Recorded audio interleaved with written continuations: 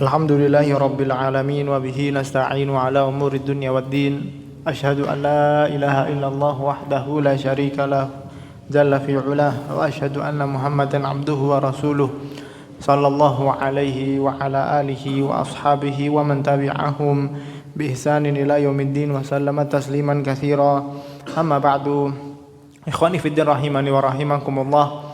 Bapak-bapak, ibu-ibu, mas-mas, adik-adik sekalian yang hadir di Masjid Fatimah Az-Zahra, Fatimahuz Zahra di Komplek SD Azkia, yang semoga masjid ini akan terus menjadi salah satu poros kebaikan khususnya di Kota Wonosobo dan umumnya untuk seluruh umat Islam yang ada di dunia ini, ya. Kalau memang misalkan seringnya kita rutin kajian, kemudian yang diundang asatid, para kiai, para alim ulama yang memang domisili di sekitar Wonosobo. Oh, ini bisa keliru, ini mohon maaf ya. Wonosobo. Ini saya mau usul buat tim panitia, Mas Jio dan teman-teman, ya. Monggo sesekali dijadwalkan ngundang asatid dari luar daerah. Kenapa? Karena semakin besar manfaat yang bisa kita berikan, itu akan kemudian semakin besar pahala yang akan kita dapat insya Allah. Namanya ngurus kajian dengan level lokal, itu insya Allah capeknya sama. Kalau jenengan ngundang tokoh nasional, tidak ada bedanya, sama-sama capek juga, sama-sama harus mikirkan nanti yang nemenin ustadznya siapa, yang jemput siapa, yang hadir juga sama saja. Ya, jadi analoginya adalah bagaimana seseorang itu saat punya kendaraan yang lebih besar, dia akan bisa melakukan kebaikan lebih banyak. Pak Fajar misalkan dari Kertek, ya, saya kajian gini langsung kontak Pak Fajar, jenengan berangkat kajian boten, saya mau ikut, Pak Fajar juga ngajak-ngajak jamaah yang di sekitar Kertek. Lah kalau misalkan Pak Fajar hanya punya kendaraan roda 2, atau misalkan roda 4 tapi hanya muat sedikit, artinya kan kebaikan yang beliau lakukan tidak sebanyak saat punya mobil yang lebih besar. Jadi itu motivasi bagaimana orang yang punya harta itu tetap visi misinya adalah ridho Allah Subhanahu wa ta'ala. Yang dibeli bukan gengsi, ngelihat tetangganya punya kendaraan roda 4 terus dia beli yang roda 6 biar lebih besar, biar lebih diakui bahwa dia lebih kaya. Enggak, bukan gengsi yang kita beli tapi fungsi, tapi fungsi manfaat. Semakin banyak manfaat yang bisa kita lakukan, maka motivasi kita untuk terus beramal itu lebih besar. Ini masjid sebesar ini sudah patut sekali untuk kemudian dijadikan kajian internasional, nanti ngundang orang-orang dari luar negeri, bahkan artinya saya mau sama-sama ngasih gambaran ke jenengan bahwa amal kita itu jangan terus tanggung-nanggung. Memang ada anjuran Nabi SAW untuk sedang-sedang. Kalau bisa ngamal itu sedang-sedang. Ahabuddin ilaihi kama qala alaihi salatu wassalam, hadisnya sahih riwayat Aisyah radhiyallahu taala anha ummul mukminin, ahabuddin ilaihi mada wa ma sahibuhu. Sebaik-baik amal itu yang bisa selalu dikerjakan orang tersebut. Bisanya kita sholat duha 2 rakaat. Ya udah 2 rakaat dijaga terus sampai umur tua. Jangan pas muda masih sehat rakaatnya ditambah jadi 8. Hari ini tok. Besok terus sudah enggak duha lagi. Itu jangan. Karena apa? Kata Nabi, lebih baik sedikit tapi terus dikerjakan daripada banyak terus berhenti setelahnya. Nah, lah untuk misalkan masjid ini, misalkan yang sudah sering diadakan kajian, kitab-kitab atau pemateri yang diundang di sini juga bukanlah sembarangan orang, para tokoh, para alim ulama, para kiai, maka jangan terus kita berkecil hati, jangan terus minder. Enggak, undang sebanyak-banyaknya orang dengan niat kita menyebarkan syiar Allah Subhanahu wa ta'ala. Niatnya bukan biar masjidnya ini terkenal, enggak. Ngapain masjidnya terkenal? Kita itu melakukan amal soleh itu agar Allah dan Rasulnya terkenal, ya. Bukan biar kita terkenal, biar masjid kita terkenal Ustadz, biar jadi ini dan itu, sewono sobo jadi. Enggak, itu plus-plus lah, monggo enggak apa-apa. Ya, kita ngamal soleh terus kok ada yang suka. Kemudian jadi ikon Masjid Fatimatu Zahra, jadi pelopor kebaikan. Setiap kali masjid-masjid yang lain melakukan kebaikan, Masjid Fatimatu Zahra dapat kebaikannya. Itu tambahan. Tapi saat di awal kita ibadah, maka hal pertama yang harus kita sama-sama tata nggih dalam hati itu, ini saya memang melakukan amal soleh hanya untuk Allah Subhanahu wa Ta'ala. Makanya syuting-syuting gini ndak wajib nggih, ini bukan rukun. Ndak ada, tetap ngaji, tetap saya datang, tetap kita baca kitab, tetap kita amal soleh. Ya. Baterainya habis, wah Ustadz Afan baterainya habis, kajiannya ditunda, yuk jangan. Ini apa? Nggak ada manfaatnya, ada nggak ada. Yang penting kita bisa ngamal soleh, nggih. Maka kemudian saat kita sudah punya, saya amal soleh apapun itu mau mengenalkan Allah dan Rasulnya dalam bentuk mengajarkan syariat Islam. Orang semakin senang syariat karena yang punya syariat adalah Allah Subhanahu wa Ta'ala. Bukan karena yang ngisi saya, yang datang banyak orang, ngapain? Saya ini banyak busuknya, jenengan taunya pas lagi wangi, habis mandi pakai minyak wangi, ngisi kajian. Lah pas di rumah jenengan nggak tahu ya banyak busuknya, namanya manusia. Ujung-ujungnya setelah mati jadi bangkai, dimakan ulat. Makanya amal soleh yang sudah kita tata untuk Allah dan Rasulnya ini silahkan jenengan kemudian inovasi sebesar-besarnya. Semakin banyak manfaat yang dirasakan orang, di situ kemudian pahala kita akan Allah Subhanahu wa Ta'ala balas dengan sebaik-baik pahala. Malam ini insya Allah saya akan bacakan beberapa hadis langsung sebagaimana tema kajian kita malam ini, yaitu pintu-pintu kebaikan.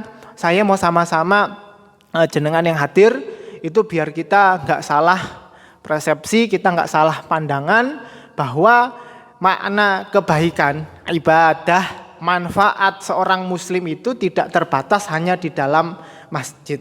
Artinya yang baik itu bukan cuma imamnya tok, bukan cuma muazinnya tok, enggak. Semua orang bisa melakukan kebaikan. Keluar dari masjid pergi ke pasar, di pasar bisa amal soleh. Pulang dari pasar datang ke rumah ketemu anak istri, bisa amal soleh.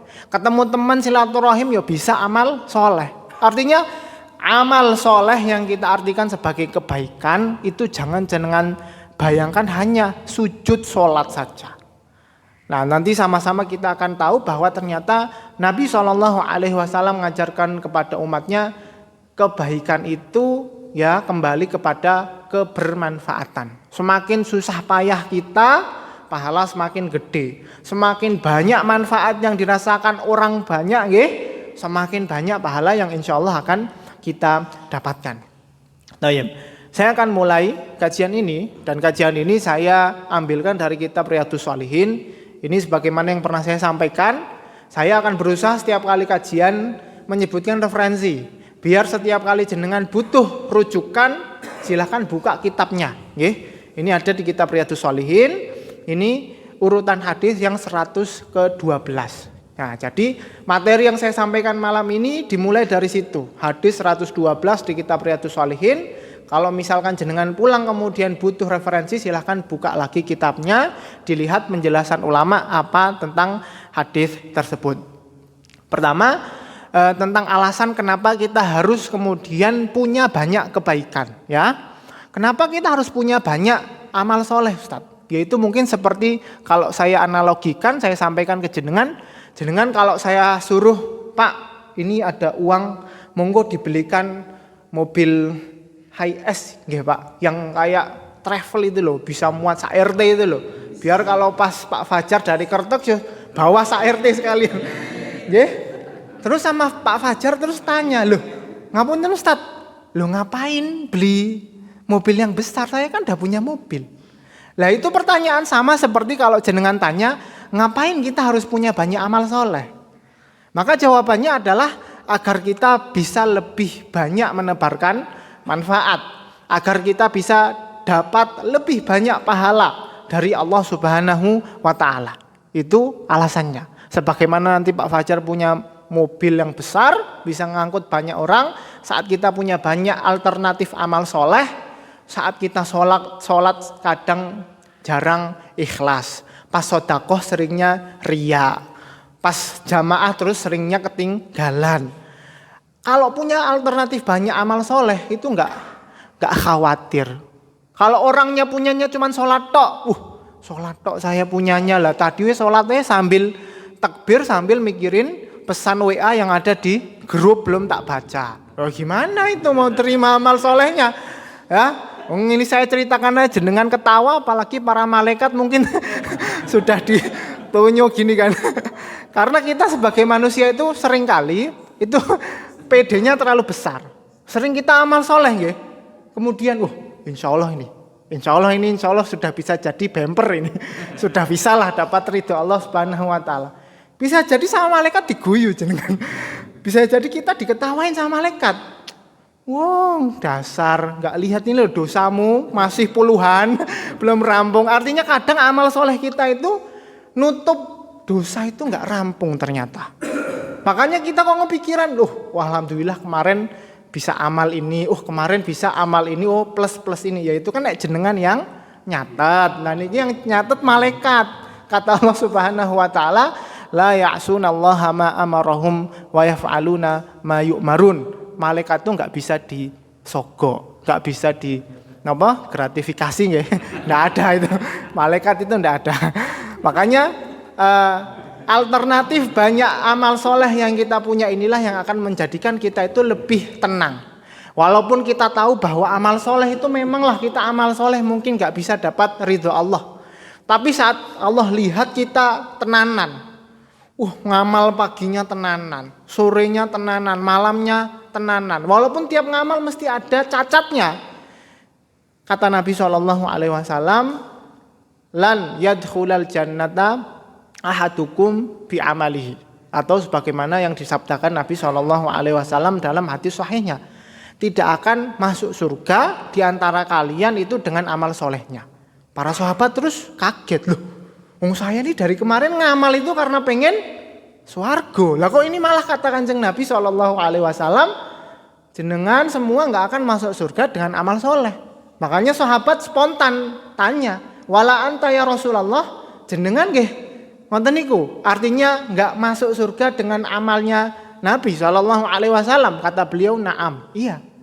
Kecuali Allah berikan saya rahmat. Loh, berarti ternyata saat kita ngamal itu bukan karena amal terus kemudian Allah kasih kita surga. Tapi karena Allah ridho, Allah kasih kita rahmat. Sehingga kita di sini jadi tahu bahwa rumus masuk surga itu ternyata enggak 1 tambah 1 sama dengan surga. Tetapi 1 tambah 1 bisa jadi kali 5, bisa jadi dibagi berapa, dikurang berapa, variabelnya banyak sekali. Kompleks. Orang masuk surga itu bukan karena amal, karena kita ngamal, kita ngaji rutin, ya sudahlah mesti nanti Gusti Allah nggak masukin kita surga. Ya kita ngarep ngoten, tapi Allah itu melakukan apapun atas kehendaknya. Wallahu yaf'alu ma yasha. Allah itu Tuhan semesta alam nggak bisa kita atur. Nah terus pripun kalau kemudian kita ngamal, amalnya nggak bisa masukin surga. Makanya seorang mukmin saat beramal, monggo jenengan catat, ngamal itu sambil kemudian harap-harap cemas. Nggih, mengharap ini dapat rahmatnya Allah bukan karena amal memang, tapi gara-gara kita kemudian taat, Allah kasih surga, bukan karena taatnya, ya, sambil cemas kalau taat kita itu ternyata belum cukup mendapatkan rahmat Allah Subhanahu wa taala. Fanas'alullah min fadlihi. Semoga Allah berikan kita rahmatnya di dunia dan di akhirat. Allahumma amin. Bapak Ibu yang dirahmati Allah Subhanahu wa taala, ya, saya akan mulai dari hadis Abu Hurairah radhiyallahu anhu yang diriwayatkan oleh Imam Bukhari, ya, di hadis ke-112 ini kata Nabi sallallahu alaihi wasallam, a'dzarallahu ila mri'in akhara ajalahu hatta balagha sittina sanah. Kata Nabi sallallahu alaihi wasallam, Allah itu tidak menerima udzur orang yang sudah Allah kasih umur sampai 60 tahun. Maksudnya apa Ustaz tidak menerima udzur? Maksudnya orang kok umurnya panjang lebih dari 40, wah ini kajian cocok buat pensiunan ini. ya yang sudah umurnya lebih dari 40 bahkan sudah sampai 60 itu Allah tidak menerima udzur kalau dia belum punya banyak amal. Kenapa? Karena di akhirat nanti Allah Subhanahu wa taala akan menyampaikan bahwa umurmu yang dah tak kasih lebih-lebih daripada yang lain itu mbok pakai buat apa? Ngonten. Gampangannya gitu, tapi ini sabda Nabi nggih, sabda Nabi SAW bahwa Allah tidak menerima udzur seseorang. Artinya hadis ini anjuran kita untuk banyak amal, apapun amalnya. Bahkan saya sampaikan sekarang biar nggak lupa nggih. Orang tua dulu itu punya kebiasaan yang subhanallah sangat ajaib. Saya bilang ajaib karena jarang sekali ini disebut sebagai amal jariah. Apa itu? Menanam pohon. Jenengan ngapunten pasti kalau di rumah ada pohon mangga. Oh itu dulu yang nanam mbah. Ada pohon kelapa. Oh itu dulu tinggalannya Mbah Putri. Nah ditanam. Jadi ternyata dalam hadisnya orang yang menanam pohon, pohonnya kemudian dimakan hewan, dimaling, diambil orang, dimakan anak cucu turunan, maka akan dihitung pahala sedekah bagi yang tanam. Ini subhanallah ajaib. Saya bilang ajaib karena apa? Ini jarang sekali jenengan dengar ada amal jariah ternyata nanam pohon loh. Orang sekarang kan mental kapitalis, saya kalau nggak nanam, nggak melok panen kan nggak mau kan. Saya tanam, loh nanti panennya kapan? Yo ini buat amal soleh, bukan terus tanam, panen, jual pasar, untung, enggak. Makanya ajaib mbah-mbah kita dulu itu subhanallah saat mereka punya ketulusan. Jadi kadang nggak butuh ilmu yang banyak untuk beramal soleh. Tapi saking tulusnya sayang sama anak cucunya, sayang sama tetangga sekitar, mbok yo dimaling-maling nggak apa-apa, yang penting dihitung sedekah. Kita ini kadang punya barang tertentu, kemudian ada yang ngambil tanpa izin. Kadang itu kita batinnya berbeda loh nggih.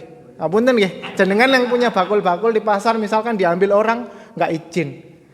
Kok kurang? Haram kayak. Ya itu enggak apa-apa, memang hak-haknya orang yang punya barang. Tapi jenengan kemudian kalau seandainya saya kasih tahu bahwa barang itu kalau jenengan niatkan sedekah mesti Allah terima. Diambil kok kurang? Enggak apa-apalah sedekah. Itu beda. Yang satunya jenengan makake dosa ke orang lain walaupun maling nggih. Maling itu tetap dosa. Tapi yang satunya jenengan kemudian mengharap apa? Pahala. Ya itu kemudian bedanya mental pengusaha muslim sama pengusaha yang kiblatnya ke bukan muslim. Kapitalis kita katakan serakah. Dasarnya itu serakah. Punya banyak karyawan tuh pikirannya gimana karyawannya jadi pasif income. Bukan mikir gimana karyawan banyak tak sejahterakan. Itu kan mental yang berbeda. Tetapi dengan niat dan mental yang berbeda itu ternyata pahala kita lebih besar di sisi Allah Subhanahu wa taala.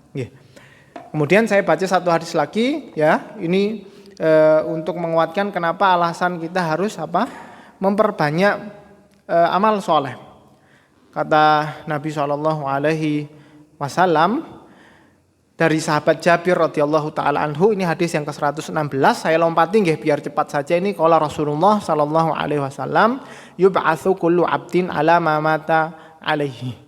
Setiap orang yang Allah amanahi untuk beribadah itu akan Allah wafatkan mereka dalam keadaan sering melakukan apa?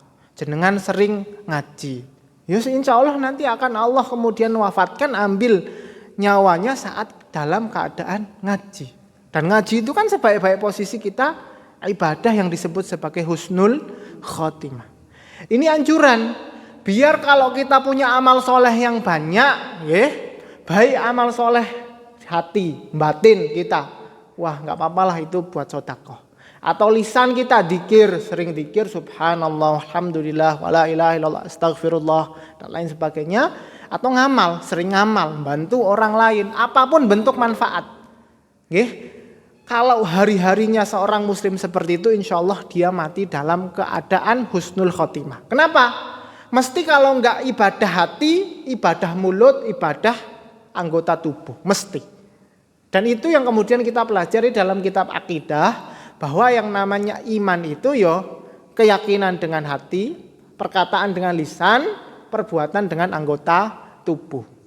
Maka itu pula berbagai macam variasi amal soleh. Contoh tadi yang saya bilang batin, jenengan kalau batin haram kayak dimakan, ya itu nggak jadi amal soleh.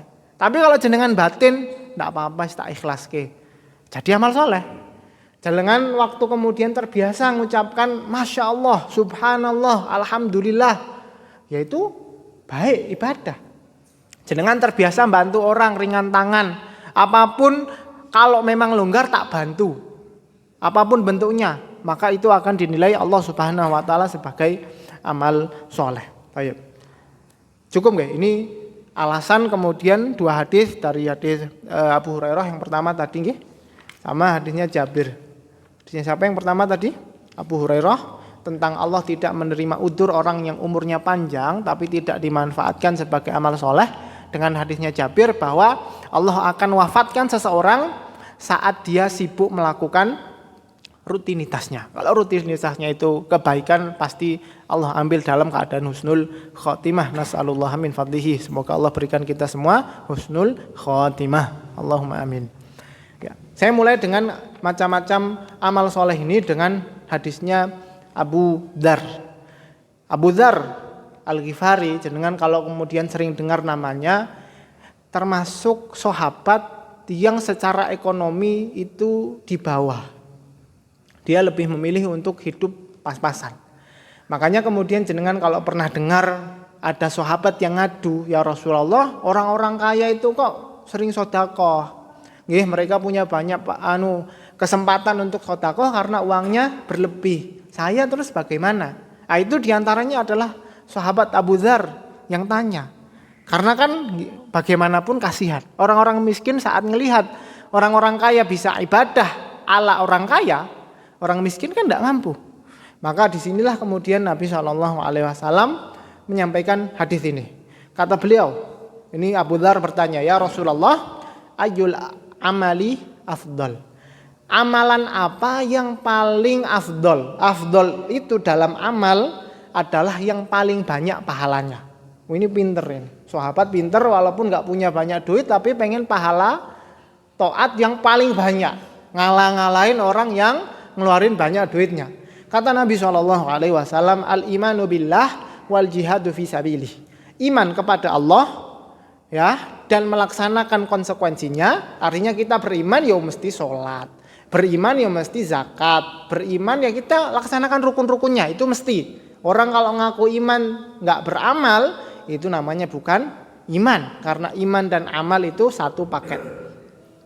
Al jihadu fi sabilih, jihad di sini maksudnya ya adalah jihad yang mengangkat senjata di jalannya. Seperti saudara kita yang ada di Palestina, ada di Syam, nggih. Ya di Indonesia kalau memang keadaannya aman, jenengan jangan doa biar terus jihad. Ngapunten, karena kalau jenengan minta jihad di Indonesia jadinya kacau. Apa kacau? Karena jihad itu nggak mungkin terjadi kecuali Indonesia dijajah. Makanya jenengan doanya, ya Allah tolong berikan keamanan kepada negara kita Indonesia. Lah kalau amannya harus jihad enggak masalah, tapi kan banyak cara aman enggak harus dengan jihad. Ini ada kemudian pelajaran menarik nggih. Kita baru-baru ini nggih, minggu-minggu ini dengar saudara-saudara kita yang ada di Cianjur, ratusan orang meninggal. Saya merinding juga ngelihat itu. Artinya saya punya teman asli orang Cianjur itu jadi relawan sampai sekarang, sering update di grup-grup media sosial. Dia sampaikan bahwa korban itu banyak. Jenengan tahu nggak? Mereka itu kan sebelumnya nggak pernah tahu nggih. Apakah besok itu gempa nggih? Kan nggak tahu ya. Namanya musibah, nggak ada yang tahu. Tapi kemudian saat kita waktu luang, waktu longgar, terus nggak pernah mikir aku amal apa yo, pagi ini apa yo, sore nanti mau ngamal apa yo, malam nanti sebelum tidur tak ngamal apa ya. Itu nggak ada yang tahu besok itu bisa jadi kita Allah angkat nikmat aman. Makanya nikmat aman itu adalah sebaik-baik nikmat. Jenengan terus jangan kemudian banyak berharap saat keamanan itu Allah angkat. Saat Allah angkat keamanan itu jenengan ngaji nggak bisa. Jenengan kemudian sama keluarga mungkin sudah nggak bisa duduk-duduk bercengkrama dengan senikmat sekarang. Bayangin mereka yang kemudian keluarganya tertimpa, keluarganya yang ditinggal meninggal, Allah yarham. Gak mungkin mereka sekarang bisa tenang. Nggih. Makanya kemudian keamanan ini yang harus kita manfaatkan untuk apa? Amal soleh. Ngaji ini termasuk bagian dari amal soleh. Lanjutan hadisnya. Kemudian Abu Dzar mengatakan ayyur riqabi afdal. Beliau tanya pembahasan tentang bebaskan budak. Abu Dzar ini saya sudah sampaikan bahwa beliau termasuk sahabat yang kurang mampu. Tapi ternyata berani nanya, nek mau bebaskan budak itu yang paling banyak pahalanya pripun nggih? Kanjeng Nabi. Nabi kemudian jawab bahwa yang paling bagus budak itu yang paling mahal harganya, yang paling disayang majikannya. Mesti harganya selangit. Nah itu seperti saat orang-orang yang punya harta. Saat saya mau sedekah, sebaik-baik sedekah itu apa? Ya sedekah itu yang paling bagus, yang paling mahal, monggo jenengan sedekahkan. Kata Allah lan tanalul birra, tidak akan dapat kebaikan kecuali kita sedekahkan apa yang paling terbaik. Dan terbaik orang itu berbeda-beda sesuai kemampuan masing-masing. Kemudian kata Abu Dzar, kalau saya tidak bisa pripun nggih? Saya tidak bisa berangkat jihad. Saya nggak bisa bebaskan budak karena harta nggak punya. Kata Nabi SAW, tu'inu sani'an aw tasna'u li akhraq. Kalau begitu bantu orang yang punya gawean. Wah ini bagus ini, karena di desa sering terjadi nggih, orang punya gawe kemudian kita bantu-bantu. Itu jenengan niatkan sedekah, mesti pahala. Enggak ikut urun, enggak apa-apa. Dirasani tonggone enggak apa-apa. Yang penting ikut apa? Rewang itu pahala. Atau jenengan buatkan sesuatu untuk orang yang tidak mampu. Misalkan jenengan ini punya warung makan, punya tetangga ini pada enggak mampu. Ya sudah, bawakan menu dari warung makan kasih. Jenengan penjahit, buatkan baju dibagikan ke orang lain. Karena yang kita anggap sedikit itu merupakan amal soleh. Saat kemudian kita niatkan, itu pahalanya bisa jadi gede di sisi Allah Subhanahu wa taala, dan orang yang terima itu bisa sangat bahagia. Ini hadis Aisyah radhiyallahu taala anha, saya sampaikan bahwa Nabi SAW bersabda, la tahqironna, jangan kalian sepelekan. Jaratun li jaratiha, ibu-ibu di rumah yang punya tetangga. Monggo ini ada ibu-ibu di belakang Jangan disepelekan. Apa yang disepelekan? Kalau mau sedekah walau sinasyatin, walaupun sedekahnya balungan. Kalau balungan sekarang mungkin jadi menu menu di warung. Ini maksudnya balungan itu jenengan di rumah punya apa? Punya balung, hanya punya tulang. Karena mungkin kondisi nggak mampu ke pasar belinya apa? Balungan. Nggak bisa beli ayam, beli tulangnya saja. Nggak bisa beli daging sapi, beli tulangnya saja. Ini ibu-ibu paham insya Allah. Bisa dibuat kaldu. Jadi walaupun nggak ada dagingnya tapi kaldunya dapat. Kata Nabi SAW, karena Nabi tahu nggak semua umatnya itu sugih, nggak semua umatnya bisa beli daging. Ada yang cuma beli balung tok, yang kalau tulang dagingnya itu sisa-sisa itu. Kata Nabi, jangan sepelekan, jenengan kalau di rumah punya balung tok, kasih tetangga. Kenapa? Yang kita kira hina itu bisa jadi orang itu sangat luar biasa senangnya. Dan bisa jadi di sisi Allah Subhanahu wa taala itu sangat besar pahalanya. Maka Allah Subhanahu wa taala tidak pernah melihat yang namanya bentuk. Jenengan mau sedekah air, bukan airnya yang dilihat.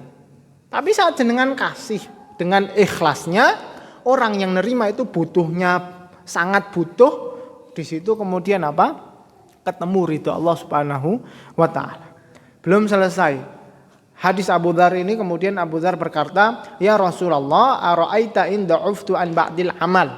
Ya Rasulullah, kalau begitu saya mau tanya lagi, jenengan tadi kan bilang kalau misalkan enggak punya harta, silahkan rewang. Kalau misalkan enggak bisa rewang, jenengan punya amal, punya kerjaan apa, dikasihkan ke orang lain hasil karyanya. Abu Dzar ini pinter. Ya biasanya orang yang kepepet gini pinter. Ini kan kepepet dalam artian nggak punya banyak harta tapi mikirnya harus punya amal yang ngalah-ngalahin orang yang punya amal. Maka Abu Dzar kemudian tanya, kalau seandainya nggih saya nggak bisa amal. Ngamal nggak bisa, rewang nggak bisa, punya kesibukan, mau kerja saya nggak punya kerja, pengangguran. Abu Dzar ini sibuknya ngaji sama Nabi Shallallahu Alaihi Wasallam. Kata Nabi Shallallahu Alaihi Wasallam, qala takufu syarroka anin nas fa innaha shadaqatun minka ala nafsihi. Kalau jihad nggak bisa, bebaskan budak kemahalan yang nggak bisa, sodakoh rewang nggak bisa, punya apa disodakohkan nggak bisa. Kata Nabi ya sudah, takufu syarroka anin nas, jangan ganggu orang. Ini luar biasa, sampai kepada tahap orang nggak ngapa-ngapain di rumah tok, nggak keluar, nggak ganggu, diniatin ya Allah sing ngamalku ya cuman yo gini, yo ngamalku yo gini. Takufu syarroka anin nas, nggak ganggu orang, itu ya ternyata bisa bernilai kebaikan di sisi Allah Subhanahu wa Ta'ala. Artinya kan nggak ada orang yang logis gitu ya, kepikiran kok bisa orang kok nganggur nggak punya amal. Nganggurnya saja itu bisa jadi amal. Kok malah dia nggak ngamal sama sekali, itu ya kenapa? Makanya tadi patut ya, hadisnya Abu Hurairah, Allah nggak terima udurnya orang yang sudah umur berapa? 40 lebih sampai 60. Umurnya banyaknya segitu kok nggak ngamal. Oke. Makanya ini ya salah satu faedah terpenting saat kemudian jenengan ngaji. Jenengan kemudian saya kasih tahu bahwa ternyata tidur di rumah ya ngamal. Tapi kalau ngerti ilmunya ini jenengan yang hadir ini dapat fadilah ini. Tapi kalau nggak ngerti ilmunya nggak bisa. Karena memang namanya amal itu harus dilandaskan dengan ilmu. Saya lanjutkan. Ada hadisnya kemudian berikutnya adalah hadisnya Abu Hurairah radhiyallahu taala anhu. Ini tentang hadis sholat duha. Ya, ini hadis insya Allah sudah sering jenengan dengar. Hadis itu berbunyi tentang bagaimana manusia secara anatomi tubuhnya itu punya 360 sendi. Ini saya baca di kitab hadis, bukan di buku kedokteran. Jadi kalau saya salah ya maklumi saja. Di kitab hadis disebutkan ada 360 sendi. Kemudian Nabi SAW menganjurkan bahwa untuk mensyukuri nikmat sehat yang kita rasakan saat ini sehat, dan kemudian menolak bala biar tidak Allah berikan kita ujian berupa sakit, kita harus ngamal sejumlah 360 sendi. Biar satu sendi itu kita imbangi dengan satu amal. Satu sendi kita imbangi dengan satu amal. Tapi menarik, kemudian kata Nabi SAW, ternyata sholat 2 rakaat di waktu duha itu bisa kemudian nutup 360 sendi itu dengan 2 rakaat sholat duha itu sudah nutup.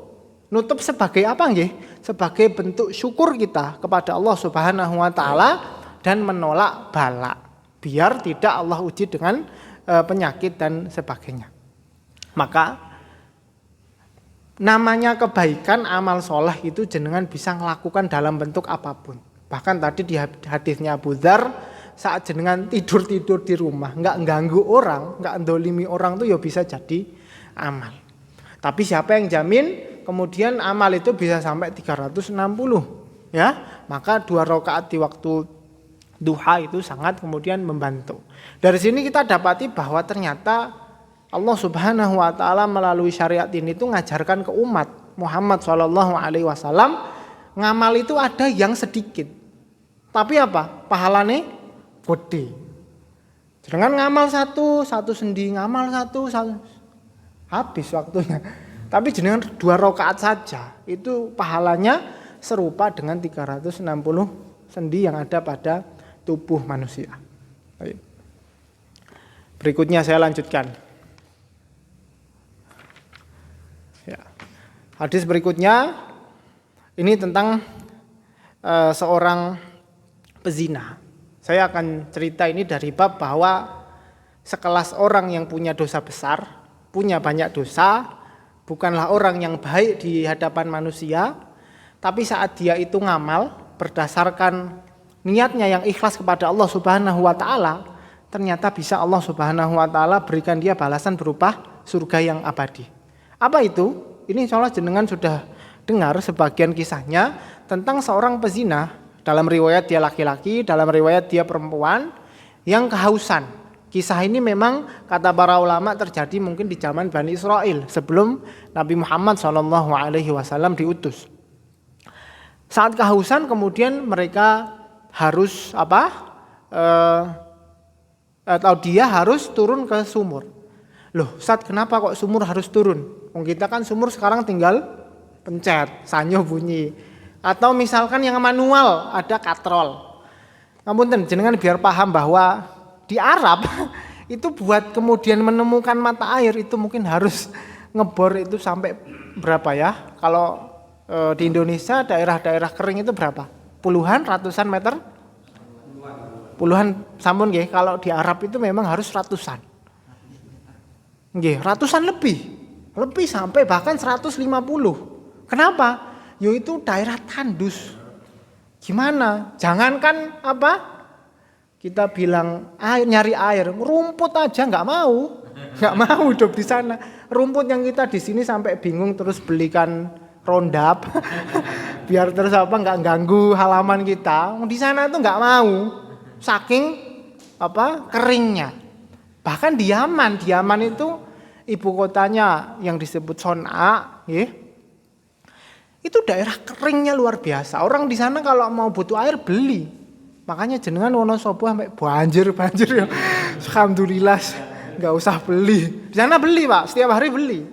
Kecuali misalkan lembaga-lembaga yang besar seperti kampus yang isinya mahasiswa luar negeri, mereka buatkan sumur, ya, digali sampai ratusan meter. Ya, buat maslahat umum. Tapi masyarakat sipil biasa beli. Setiap harinya bulanan lah beli, masuk anggaran rumah tangga. Lah jadi kenapa kemudian ini dia harus turun ke sumur? Karena sumurnya tuh dalam ya, harus turun. Gak bisa kemudian pakai katrol. Temen zaman itu ya mesti belum ada sanyong, mesti turun akhirnya. Turun. Lah kemudian saat keluar setelah selesai kemudian menghilangkan dahaganya, keluar ketemu dengan anjing yang mulutnya belepotan pasir. Saking hausnya sudah menjulurkan lidahnya, kelihatan ini kayaknya mau mati. Lah terus perempuan pezina itu akhirnya turun. Saya bilang pezina, artinya dia itu punya dosa besar. Punya dosa besar waktu itu. Tapi dia turun karena rasa kasihan. Ini si anjing butuh air. Turun dengan sepatunya, diambilkan air, diminumkan ke anjing tersebut. Setelah dia minumkan, ternyata kata Nabi SAW bahwa faghufira laha bihi, bahwa Allah Subhanahu wa taala ampuni semua dosanya. Catatan, ampuni semua dosanya tetap harus dengan registrasi normal nggih. Tobat artinya menyesal, kemudian tidak mengulangi. Itu yang pernah kita sampaikan, syarat tobat ada 3.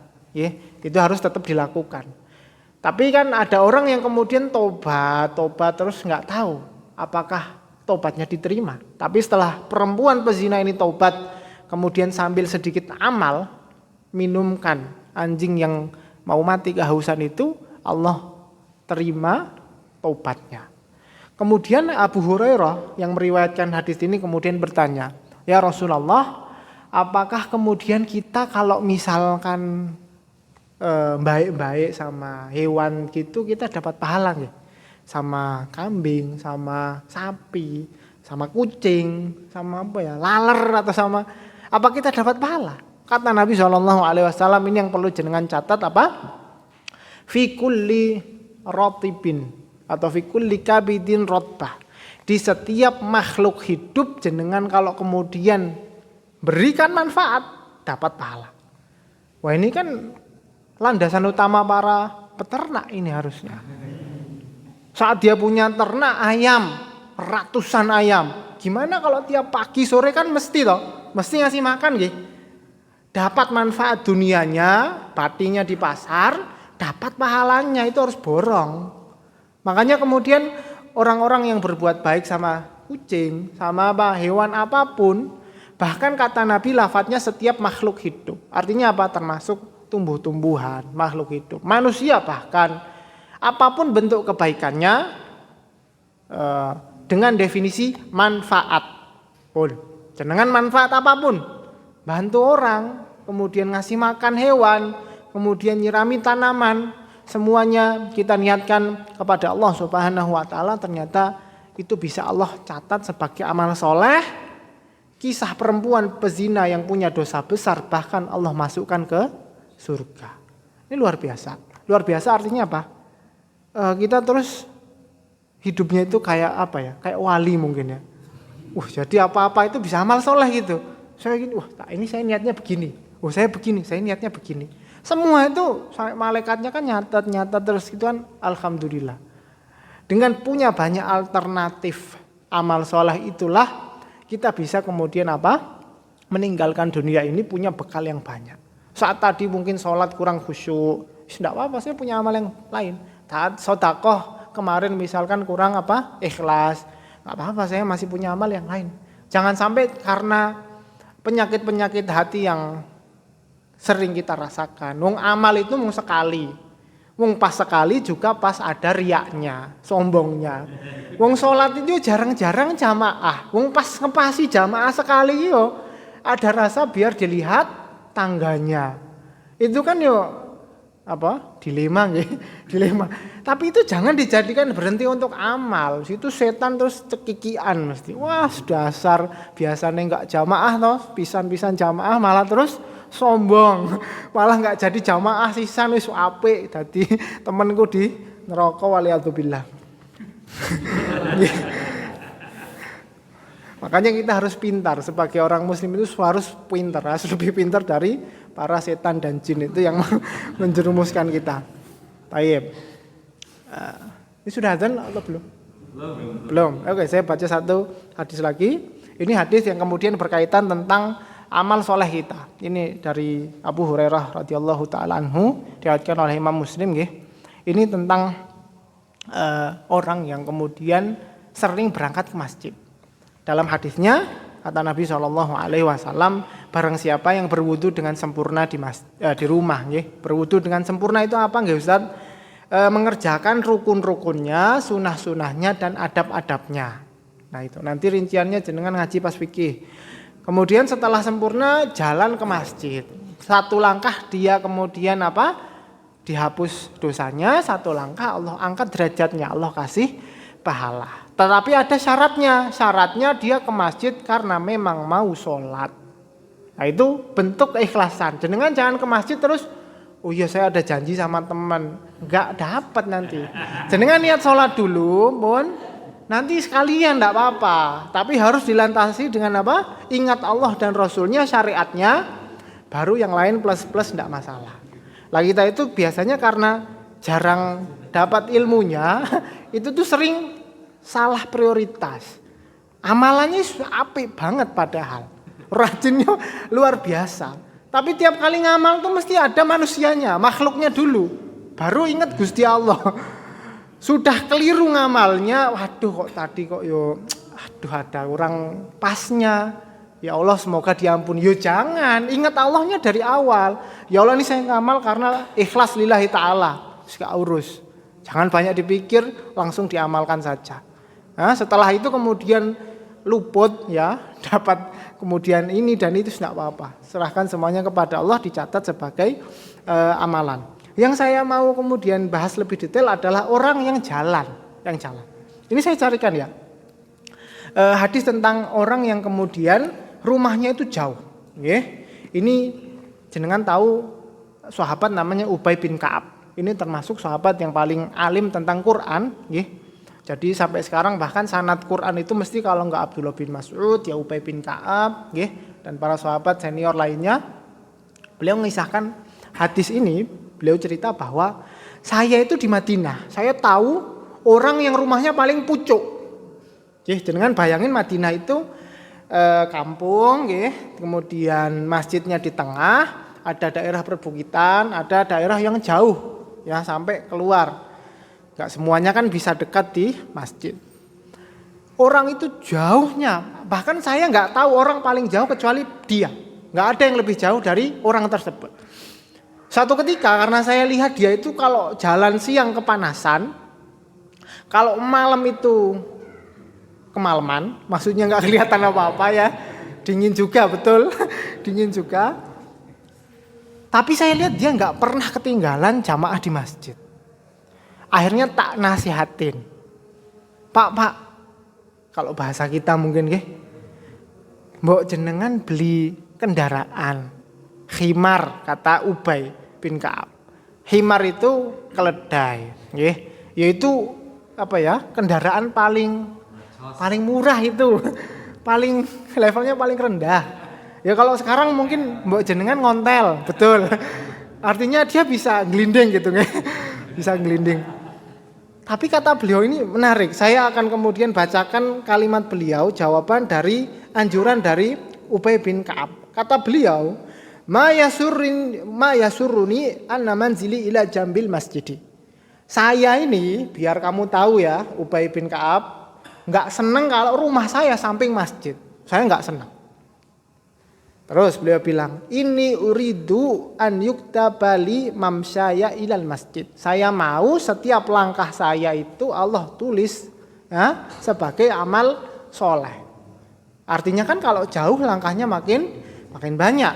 Kemudian kata beliau, waruju'i idza raja'tu ila ahli. Begitu juga kalau saya pulang jalan kaki.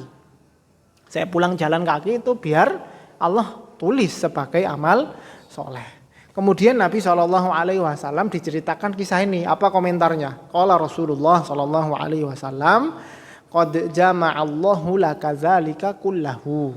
Sungguh Allah telah catat setiap langkah pergi ke masjid sama setiap langkah pulang ke rumah.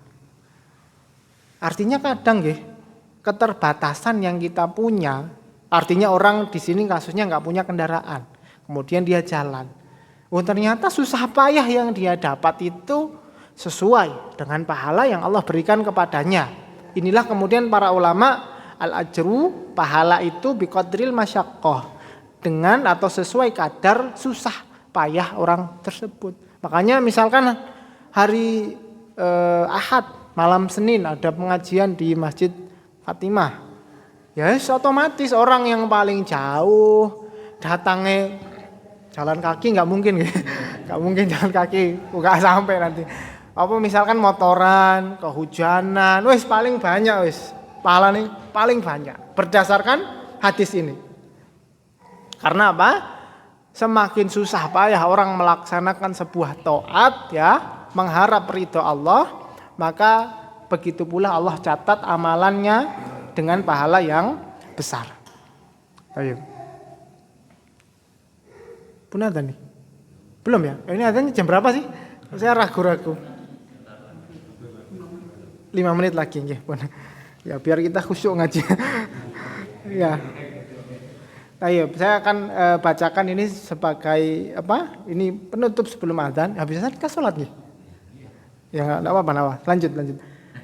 Ini hadis dari Adi bin Hatim. Ini salah satu sahabat yang saya ceritakan sedikit biografinya. Adi bin Hatim itu beliau dulu pernah salah sangka. Salah sangkanya apa, Ustaz? Ini saya mau ceritakan bahwa bahkan sekelas sahabat, makomnya sahabat yang mesti masuk surga itu ada salahnya. Salah dalam artian ini logikanya yang salah. Jadi disinilah kemudian dalil bahwa logika manusia itu hanyalah alat menuju Allah Subhanahu wa Ta'ala. Logika itu harus kita sama-sama taruh di bawah iman kita. Nonton nggih? Ini analoginya kalau levelnya tingkat-tingkat, semakin tinggi semakin utama. Tapi kalau analoginya bangunan berarti iman itu pondasi. Baru akal dibangun di atasnya.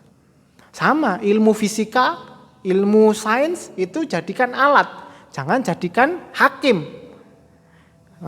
Iman kepada Allah Subhanahu wa Ta'ala itulah yang kita jadikan hakim. Kalau ilmu sains kok enggak pas sama ilmu iman, berarti sainsnya yang salah. Harusnya gitu. Bukan terus membenarkan sains terus meragukan keimanannya. Itu yang keliru. Adi bin Hatim ini saya jelaskan bahwa ini orang pinter, orang Arab, ngerti bahasa Arab mestinya ya. Dari kecil yang ngomongnya mesti Arab.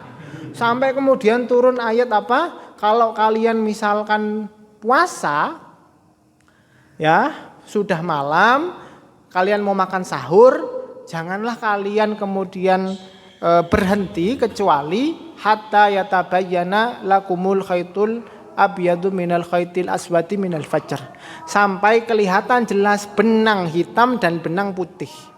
Loh, benang hitam sama benang putih.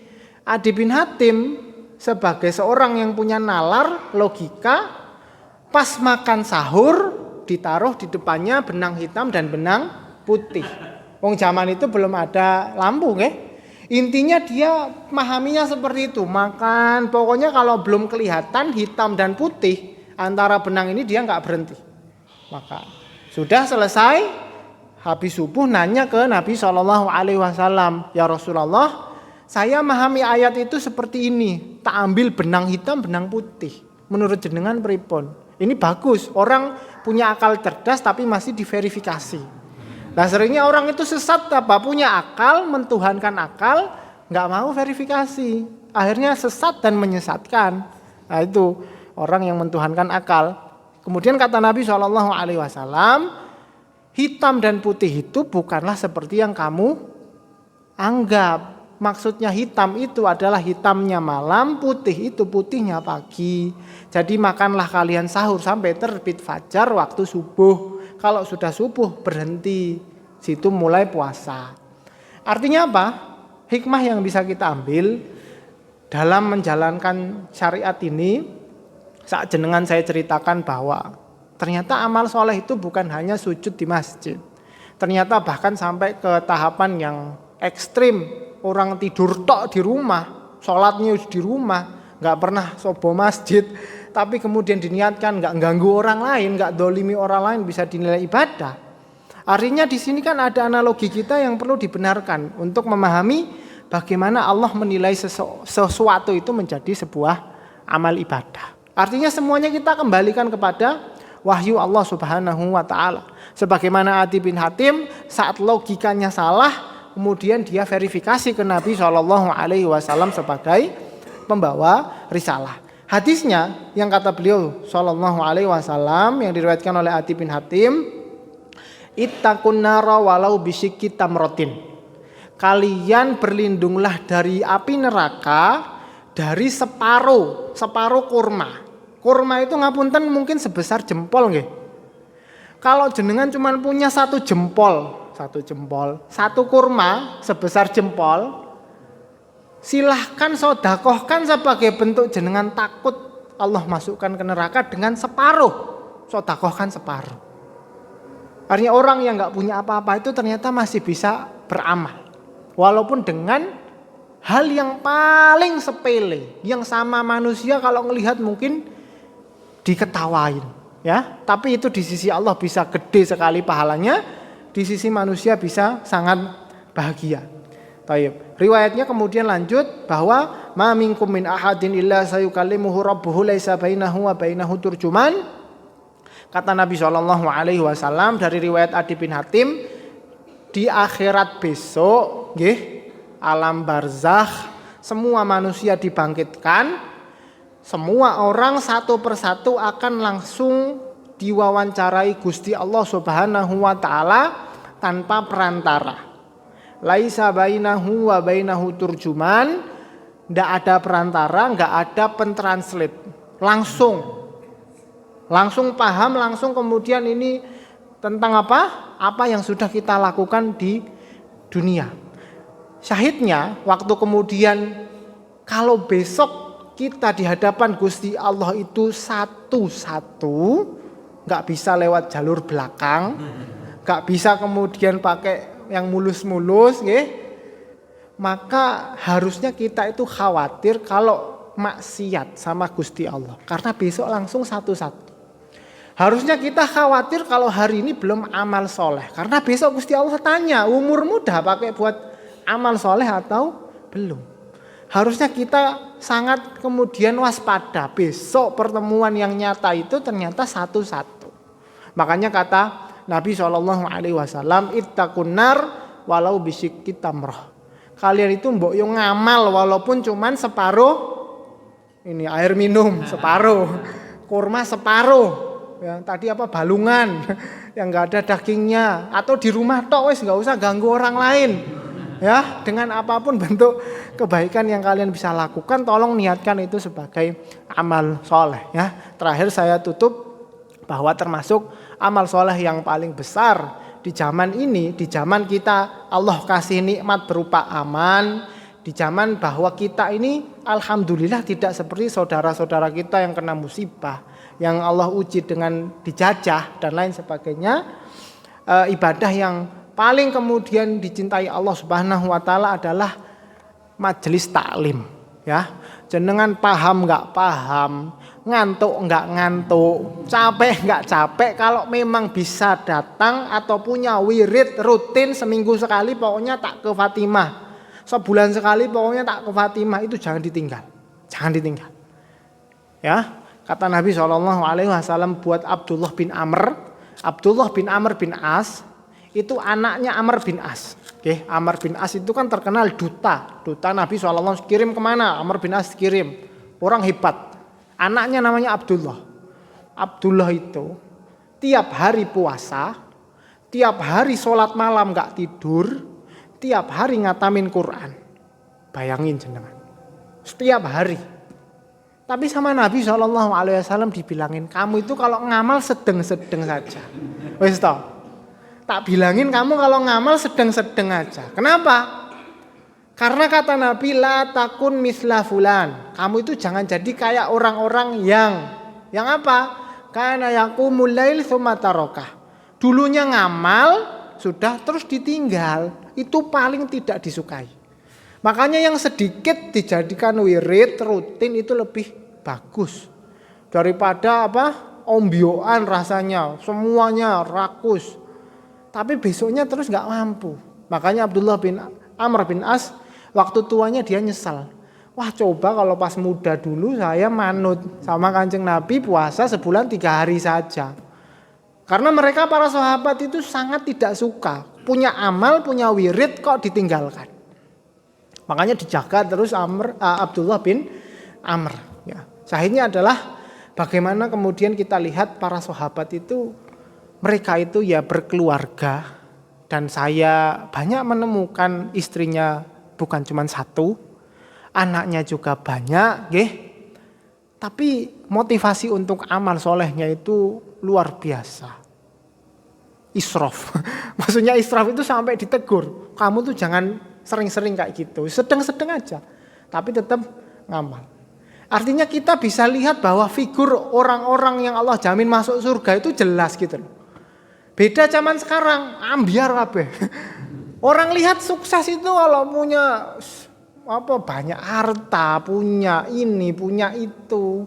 Akhirnya anak-anak kita sekolah ngejarnya harta. Us mikir pagi siang sorenya juga harta. Lah kayak gitu terus gimana nanti di hadapan Allah sama misalkan ya sama Kanjeng Nabi SAW mau disyafaat itu ya gimana? Ya Rasulullah minta syafaatnya setiap hari loh. Mikirnya nggak pernah kelingan Gusti Allah.